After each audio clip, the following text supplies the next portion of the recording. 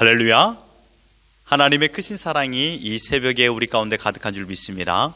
오늘 우리는 요한복음 11장 47절로 57절의 본문을 통하여 무엇을 두려워하십니까? 라는 제목으로 하나님의 말씀을 함께 나누도록 하겠습니다.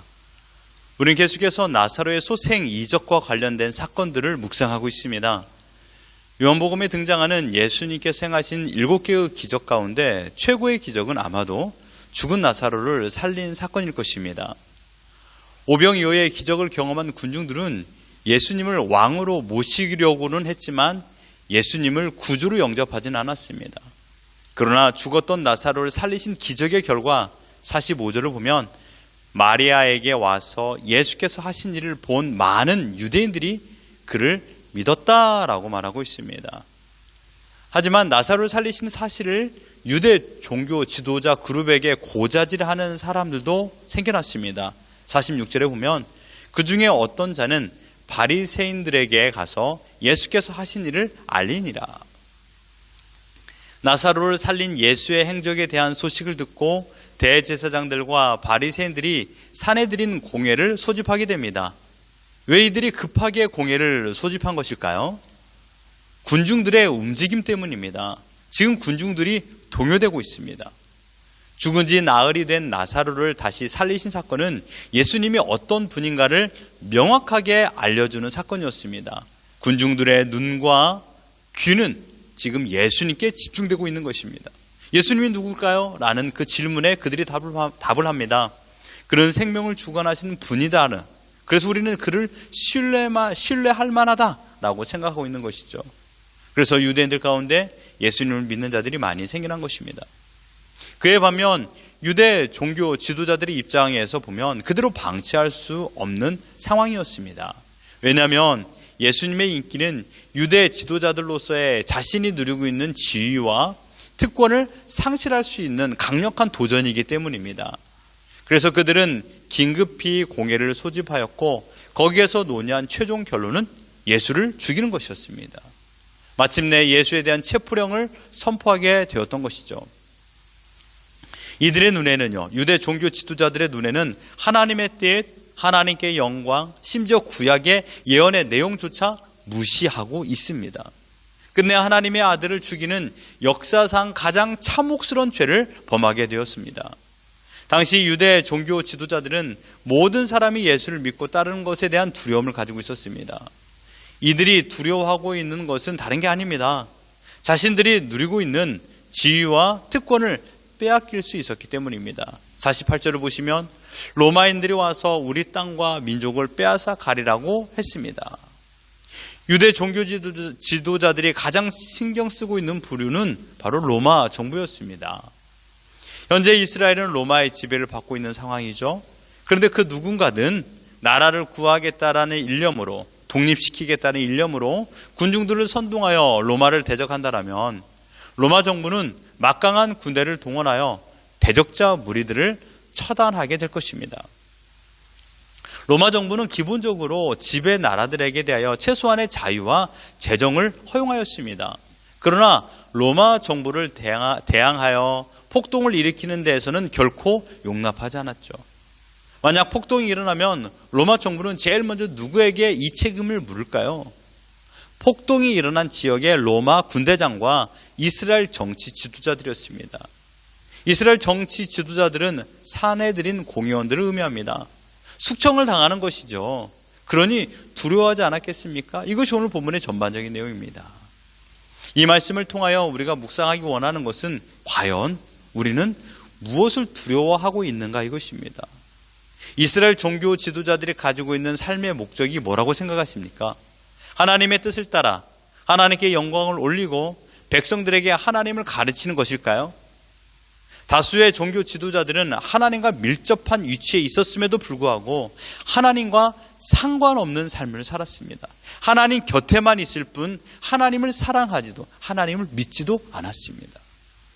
하나님의 영광을 위함이 아니요 오직 자신들의 정치적, 종교적, 사회적 권력과 명성을 유지하는 목적 가운데 종교 지도자 자리의 권위를 악용하고 있었습니다. 그러니 자신들의 권력을 무너뜨리려는 세력이 나타날 때마다 어제의 적이 오늘의 동지가 되어서 공격해오는 불특정 다수의 무리들을 모조리 제거한 것입니다. 그 대상이 지금은 예수였습니다. 지금까지 경험해 본 사람들과는 비교가 되지 않은 가히 인물 중에 인물로 그들은 보았습니다. 물 위를 걷기도 하고요, 소경의 눈을 뜨게 하고요, 수만 명을 먹이기도 하고 죽은 자를 살리기도 하는 대형 슈퍼스타의 기질을 다 가진 예수가 유대 땅에 출현하였던 것이니 자신들의 권위가 사라질 것에 대한 두려움을 가지고 있었습니다. 그들이 예수에 대하여 두려움을 가진 이유는 예수님에 대하여 정확히 알지 못했기 때문입니다. 만약 이 예수가 하늘에서 보내준, 하나님께서 보내준 구원자라는 것을 알았다라면 그들이 예수님을 거역했을까요? 아주 소수이긴 하지만 사내들인 공의원, 의원 중에 예수님이 어떤 분인가를 명확하게 알았던 자도 있었습니다. 그는 니고데모였습니다.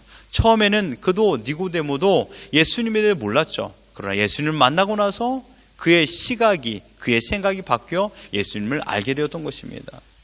하지만 대부분의 종교 지도자들은 예수님에 대한 실체를 알지 못했습니다. 왜 몰랐을까요? 매일 구약 성경 말씀을 읽고 묵상하고 암송하던 자들입니다. 구약에서 구원자 메시아를 보내시겠다라는 하나님의 예언의 말씀을 그들도 알고 있었습니다. 이사야 선지자가 했던 말씀은 그들은 기억하고 있었습니다. 그들은 지식적인 눈으로는 메시아가 나타나서 행할 이적에 대하여 알고 있었지만 믿음의 눈은 없었습니다. 교회는 다닐 뿐, 교회에서 말씀하고 있는 하나님의 진리, 하나님이 어떤 분인가, 또한 예수님이 어떤 분인가, 우리는 그로 어떻게 살아야 되는가에서는 관심을 가지지 않고 교회를 다니는 사람들과 동일하다라는 것입니다. 여러분, 이들은 지금 하나님에 대한 알만한 지식이 없다라는 것보다 더 정확한 표현은 관심이 없었다라는 겁니다. 관심이요. 교회만 다닐 뿐입니다. 교회에서 말씀하고 있는 하나님의 메시지에는 관심이 없어요. 교회는 와요. 사람을 만나요. 그래서 그곳에서 자기의 만족을 누리기도 하고 또한 더 많은 사람들을 알아가는 기쁨을 얻기도 합니다. 그러나 하나님을 아는 것에 대하여, 하나님의 영광을 위하여, 하나님의 뜻에 대해서는 관심이 없다라는 겁니다.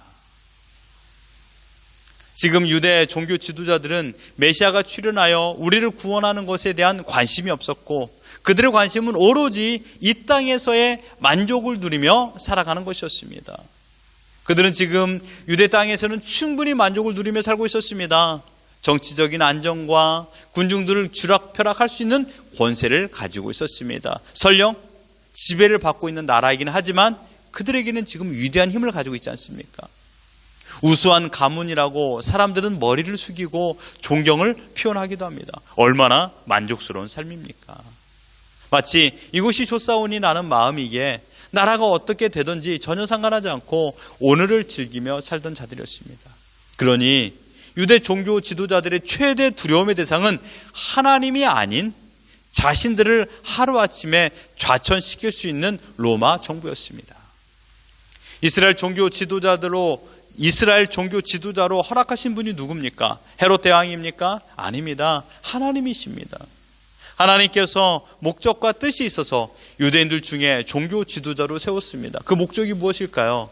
이스라엘 백성들에게 하나님에 대하여 바른 교육을 행하라는 것이었습니다. 갈 길을 알지 못하고 방황하고 있는 양떼들을 잘 하나님으로 이끌어갈 수 있도록 그들에게 놀라운 권한을 허락하여 주셨습니다. 하나님의 뜻을 온전히 가르치고 하나님을 바로 믿고 하나님께 영광을 올리는 인생을 살도록 선구자로서 저들을 세웠던 것입니다. 하지만 유대 종교 지도자들의 삶을 대변하는 것이 세례 요한의 말을 놓고 본다라면 무엇이 생각나십니까? 독사의 자식들아, 이것입니다. 독사의 자식들아. 하나님의 영광을 위한 것이 아니라 자신의 만족을 위하여 살아가는 독사의 자식들이 그들은 되어버렸던 것입니다.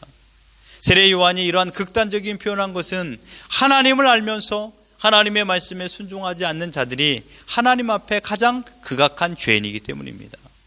사랑하는 성도 여러분, 지금 우리의 모습을 한번 돌이켜보기를 바랍니다. 우리는 세상으로부터 부름받은 하나님의 백성입니다. 전국 백성으로 부름을 받아 전국 시민권을 가진 자들로 오늘을 살고 있습니다. 하나님이 어떤 분인가를 알고 있습니다.